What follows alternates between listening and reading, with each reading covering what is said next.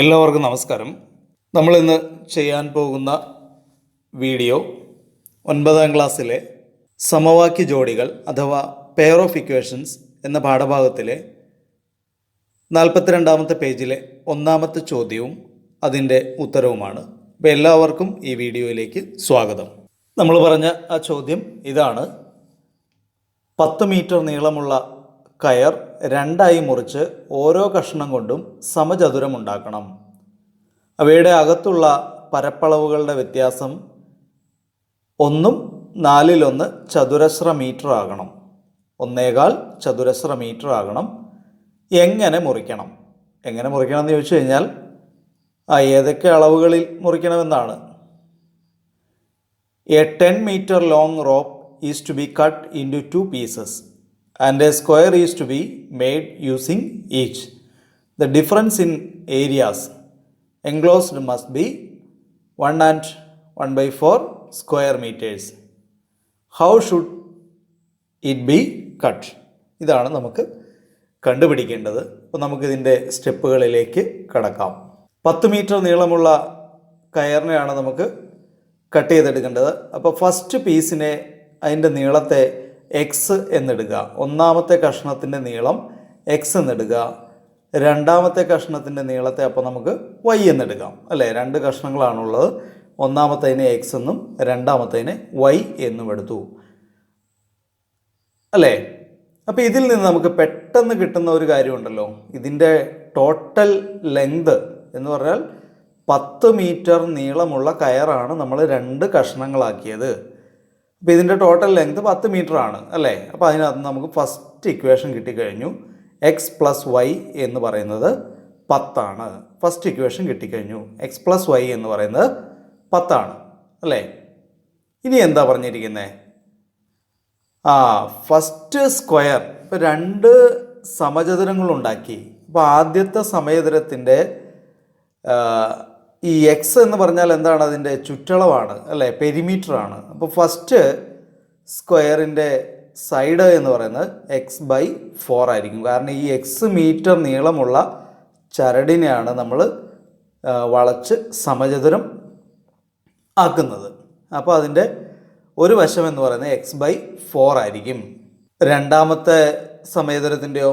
അപ്പോൾ നമ്മൾ വളരെ ഈസി ആയിട്ട് നിങ്ങൾ പറയും y/4. രണ്ടാമത്തതിൻ്റെ y/4. ഇനി എന്താണ് ഇവിടെ പറഞ്ഞിരിക്കുന്നത്?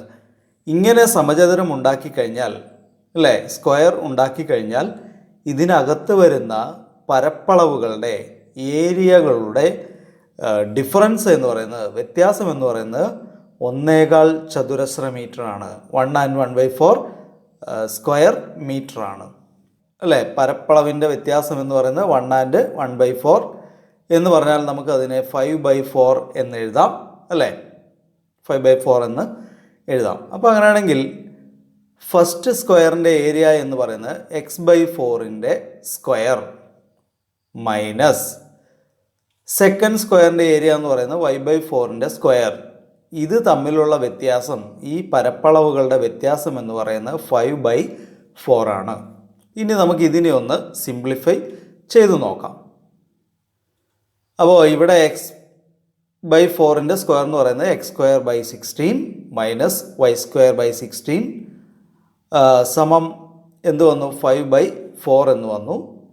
ഇനി നമുക്കിതിനെ, ഇതിൻ്റെ 16 ഇതിൻ്റെ ഡിനോമിനേറ്റർ സെയിം ആണ്, അല്ലേ? ഛേദം തുല്യമായതുകൊണ്ട് x² മൈനസ് y²/16 എന്ന് പറയുന്നത് 5/4 എന്ന് കിട്ടി, അല്ലേ? ഇനി x² മൈനസ് y² എന്ന് പറയുന്നത് എന്താണ്? x² മൈനസ് y² എന്താണെന്ന് നമ്മൾ 8ാം ക്ലാസ്സിൽ പഠിച്ചിട്ടുണ്ട്. x plus y into x minus y. അപ്പോൾ ഈ 16നെ നമ്മൾ ഇവിടെ കൊണ്ടുവന്ന് മൾട്ടിപ്ലൈ ചെയ്തു. അപ്പോൾ 16 ഇൻറ്റു 5/4. അപ്പോൾ അത് ക്യാൻസൽ ആയി കഴിയുമ്പോൾ നമുക്ക് എന്ത് കിട്ടും? 4 ഇൻറ്റു 5 20 എന്ന് കിട്ടും. അപ്പോൾ ഇത്രയും കാര്യം നിങ്ങൾക്ക് മനസ്സിലായല്ലോ. അപ്പോൾ നമുക്ക് ആദ്യത്തെ സമവാക്യം കിട്ടിയിരുന്നത് എക്സ് പ്ലസ് വൈ സമം 10 എന്നായിരുന്നു, അല്ലേ? ഇപ്പോൾ ഒരെണ്ണം കിട്ടിയിരിക്കുന്നത് എന്താണ്? X plus y into x minus y സമം 20, അല്ലേ? ഇതുപോലൊരു സമവാക്യം നമ്മൾ ഇതുവരെയും കണ്ടിട്ടില്ല, അല്ലേ? X plus y into x minus y എന്നുള്ള രീതിയിൽ. അപ്പോൾ നമുക്ക് ഇങ്ങനെ ഇതിനെ ഒന്ന് ശരിയാക്കി എടുക്കണം. അതിന് വേണ്ടി എന്ത് ചെയ്യാം? അപ്പോൾ എക്സ് പ്ലസ് വൈ അല്ലെങ്കിൽ എക്സ് മൈനസ് വൈ അല്ലെങ്കിൽ 3x + 4y ഈ ഒരു രൂപത്തിലുള്ള സമവാക്യങ്ങളാണ് നിങ്ങൾ ഇതുവരെ കണ്ടിരുന്നത് അല്ലേ? അപ്പോൾ നമുക്കൊരു കാര്യം ചെയ്താലോ? ഈ രണ്ടാമത്തെ ഇക്വേഷനെ ഒന്നാമത്തെ ഇക്വേഷൻ കൊണ്ടൊന്ന് ഡിവൈഡ് ചെയ്താലോ?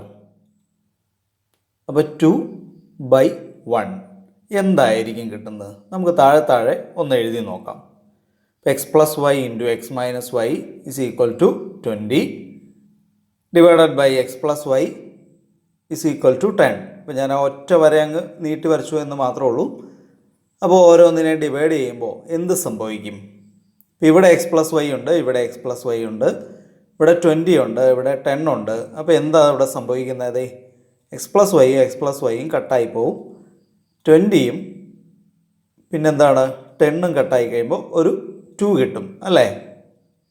ഓക്കെ, അങ്ങനെ കട്ടായി കഴിഞ്ഞിട്ട് ഇപ്പോൾ നമുക്ക് അടുത്ത സമവാക്യം കിട്ടി. എക്സ് മൈനസ് വൈ സമം 2. കണ്ടോ, നമ്മളിപ്പോൾ ചെയ്തുകൊണ്ടിരുന്ന ആ ഒരു രീതിയിലേക്ക് 2 സമവാക്യങ്ങൾ നമുക്ക് കിട്ടിക്കഴിഞ്ഞു. എക്സ് പ്ലസ് വൈ സമം 10 എന്നും എക്സ് മൈനസ് വൈ സമം 2 എന്നും. ഇനി നമുക്ക് ചെയ്യാലോ?